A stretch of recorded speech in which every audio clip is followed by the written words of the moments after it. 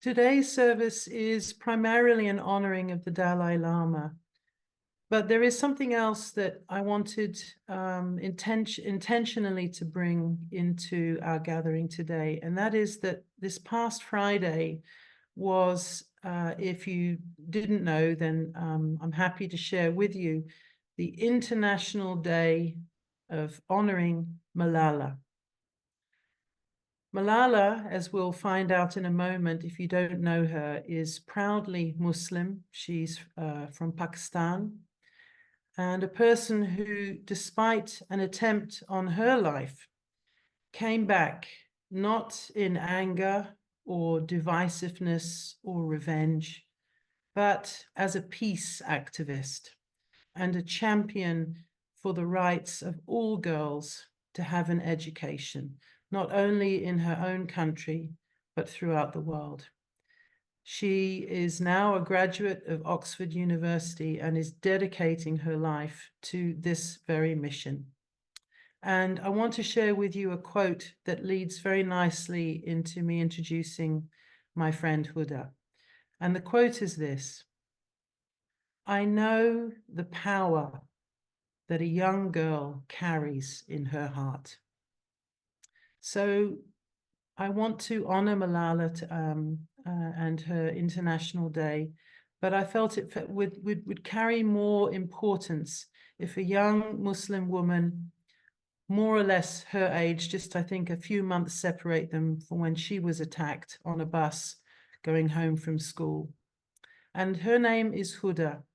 Huda is here in Cape Town, South Africa with me, and she's part of my interfaith, intercultural program. I say my, but it's really is the cities and the Cape Town Interfaith Initiatives program, but I'm the lead facilitator. And I've gotten to know Huda and admire her tremendously. And I've asked her to speak and bring with her a blessing from her tradition, honoring Malala. Huda, welcome, and thank you so, so much. Hi, everyone. My name is Ida Chothia, and I am a 16-year-old Muslim girl. I live in Cape Town, South Africa, and I would like to express my admiration for the activist Malala. She is brave, determined, and an inspiration to many Muslim girls my age for the fact that she never gave up. Even though South African girls who follow Islam have the freedom to practice our religion and get good education, we should keep showing pride and love for Islam and keep working hard in school. Islam encourages men and women to keep seeking knowledge, and that's exactly what Malala fought for and what I aim to do every day. So we honor her legacy and the amazing and strong woman she is. I will be opening this gathering with 3 short recitations from the Holy Quran and their translations. The first one is the dua for knowledge. Rabbi zidni ilma warzuqni fahma. Oh Allah, increase knowledge and grant me understanding. The second one is Surah Fatiha. It's the first surah in the Holy Quran. أعوذ بالله من الشيطان الرجيم بسم الله الرحمن الرحيم الحمد لله رب العالمين الرحمن الرحيم مالك يوم الدين إياك نعبد وإياك نستعين اهدنا الصراط المستقيم صراط الذين أنعمت عليهم غير المغضوب عليهم ولا الضالين آمين. The translation is: in the name of Allah, the entirely merciful, the especially merciful. All praise is due to Allah, Lord of the worlds, the entirely merciful, the especially merciful. Sovereign of the day of recompense, it is you we worship and you we ask for help. Guide us on the straight path, the path of those upon whom you have bestowed favor, not of those who have evoked your anger, or of those who are astray. The last recitation I'll be reciting is the Ayatul Kursi, and this is the dua for protection. أعوذ بالله من الشيطان الرجيم بسم الله الرحمن الرحيم الله لا إله إلا هو الحي القيوم لا تأخذه سنة ولا نوم له ما في السماوات وما في الأرض من ذا الذي يشفع عنده إلا بإذنه يعلم ما بين أيديهم وما خلفهم ولا يحيطون بشيء من علمه إلا بما شاء وسع كرسيه السماوات والأرض ولا يعوده حفظهما وهو العلي العظيم صدق الله العظيم. Allah, there is no deity except Him, the ever-living, the sustainer of all existence. Neither drowsiness overtakes Him nor sleep. To Him belongs whatever is in the heavens and whatever is on the earth. Who is it that can intercede Him except by His permission? He knows what is presently before them and what will be after them, and they encompass not a thing of His knowledge except for what He wills. His kursi extends over the heavens and the earth, and He feels no fatigue in guarding and preserving them. And He is the Most High, the Most Great. May Allah accept. Thank you for listening.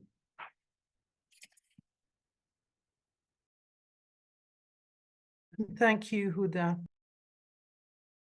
So Malala, we honor you and we thank you for your bravery and your courage and your determination that have enabled people like Huda to have freedoms and accessibility to education and able to be fully themselves.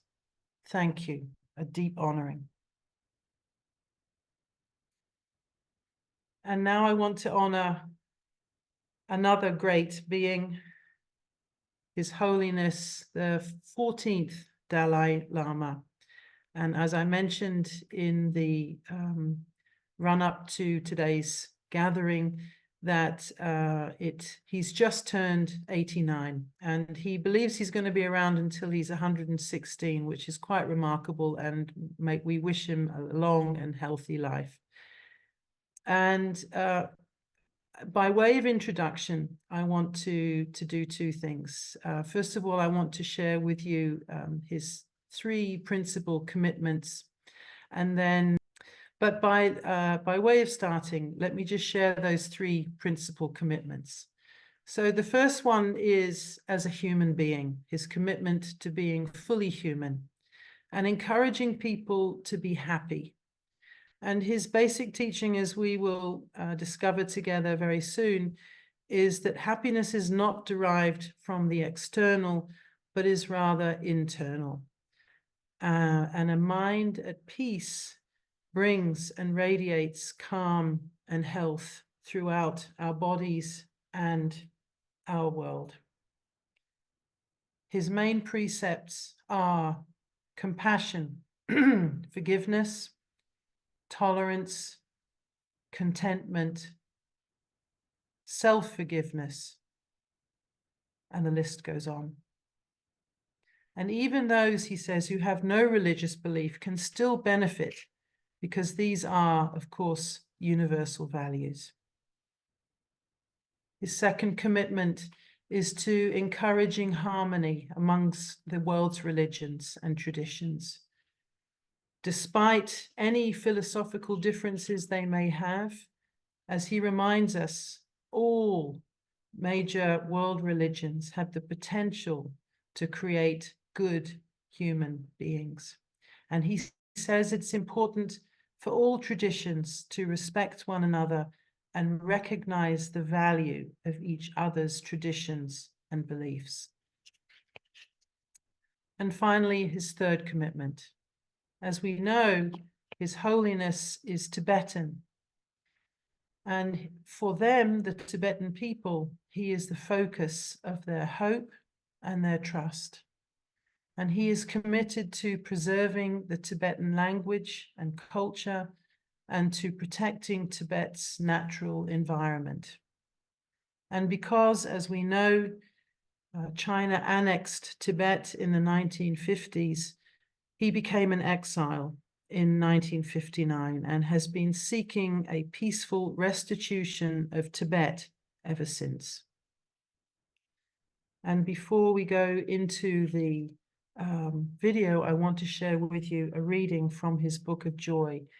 I have a feeling that some of you have read this or seen the video. I do have a recollection of us talking about it a while ago, but I chose an excerpt that I think is fitting for today. And it is this, from his Book of Joy, subtitle, Lasting Happiness in a Changing World. We create most of our suffering, so it should be logical that we also have the ability to create more joy. It simply depends on the attitudes, the perspectives, and the reactions we bring to situations and to our relationships with other people. When it comes to personal happiness, there is a lot that we as individuals can do. The more we make a different choice to heal our own suffering, the more we can turn to others and help address their suffering with the laughter-filled, tear-stained eyes of the heart. And the more we turn away from our own self-regard to wipe the tears from the eyes of another, the more, incredibly, we are able to hear, to heal, and to transcend our own suffering. This is the secret to joy. It is almost impossible to squeeze into a few moments the body of work and writing and wisdom teachings that the Dalai Lama has shared with the world since his exile in 1959. So I tried to synthesize 4 what I thought were key ones to share today. And they, of course, welcome more conversation, and they're things that all of us will, I'm sure, be grappling with for the rest of our lives. But they're important to remember and to honor and to shine some light on today. So I'll share 4 brief ones with you and then finish with some beautiful quotes of the Dalai Lama. So let's start with the first key principle of his teaching, and that is this: understand the law of impermanence. Everything passes. Nothing ever stays the same, as we know. And understanding this, said the Dalai Lama, is what lessens our suffering. If we understand that everything is in perpetual circular motion, then we are enabled to stop any form of clinging that we do, because as the Buddhist principles teach, it's the clinging and the attachment and the unwillingness to accept the impermanence of everything. It's that causes our suffering. His basic precept is let go. Letting go is what is the first step towards ending not only our suffering, but the suffering of all those within our sphere. And I love that he says, my religion is very simple. My religion is kindness.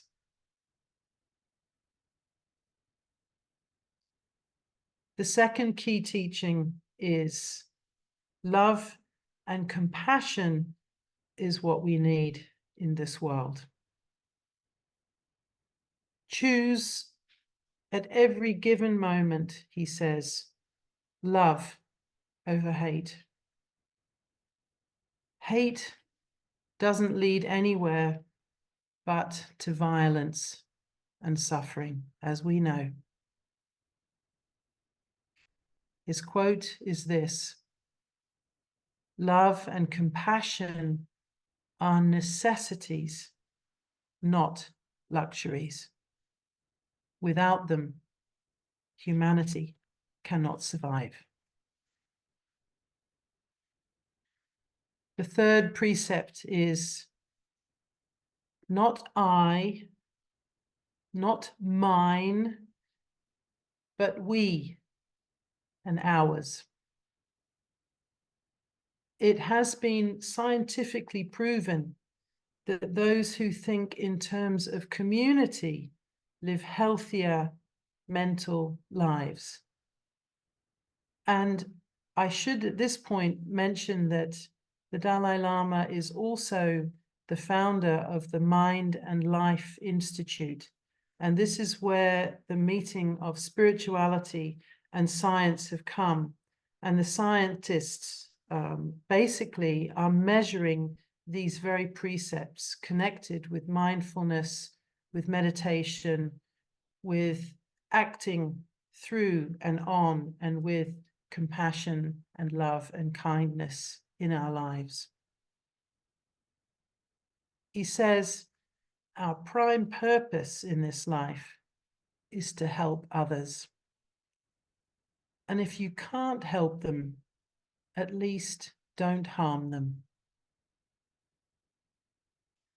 And we all know, we don't have to go to a scientific institution to know that the endorphins that are connected with service to others are high.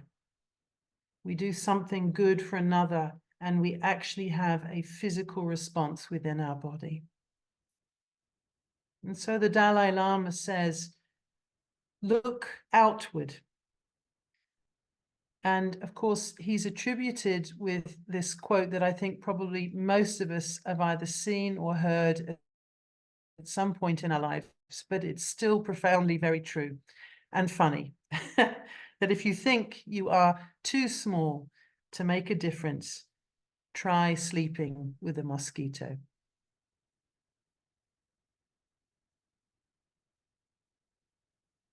And finally, his fourth great key teaching is this: concentration, mindfulness, and mental self-discipline are what brings you closer to the truth. Mindfulness, of course, is, as we know, if we want there to be peace on earth, it has to start with us. And we can, as he said, never obtain peace in the outer world until we make peace in our inner world. And he teaches a lot on what it is to be in a state of mindfulness. And as we know, there is that concept of monkey mind. In fact, in both Hinduism and in Buddhism, they talk about monkey mind as being like a monkey that has been bitten by a snake. And all of us who have tried at any time to calm our thoughts and enter a meditative state know very well that whole understanding of what monkey mind is. But as we know, and as the other great mindfulness and meditation teachers have taught, it's the discipline of being able to put that first precept of everything passes, just to let the thoughts come, observe them, don't attach, let them pass.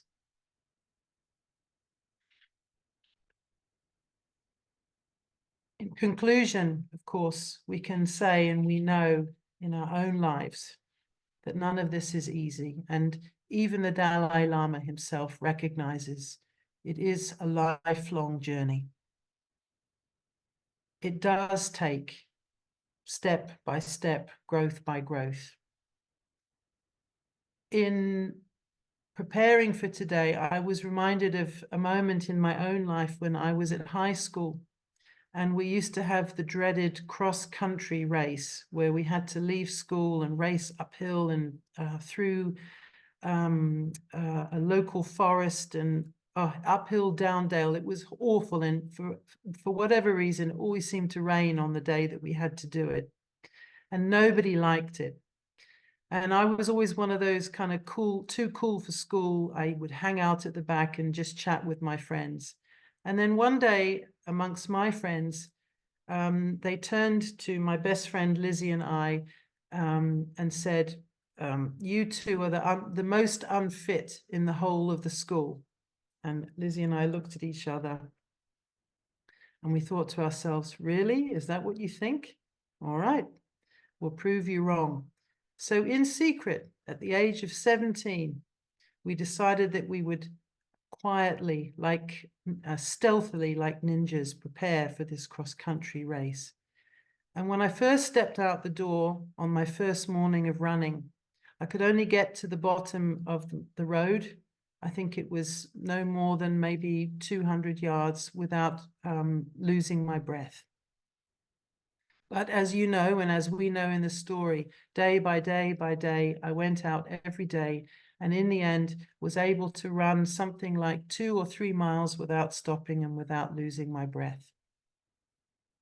Of course, the day of the cross-country race came, and lo and behold, Lizzie came first, I came second.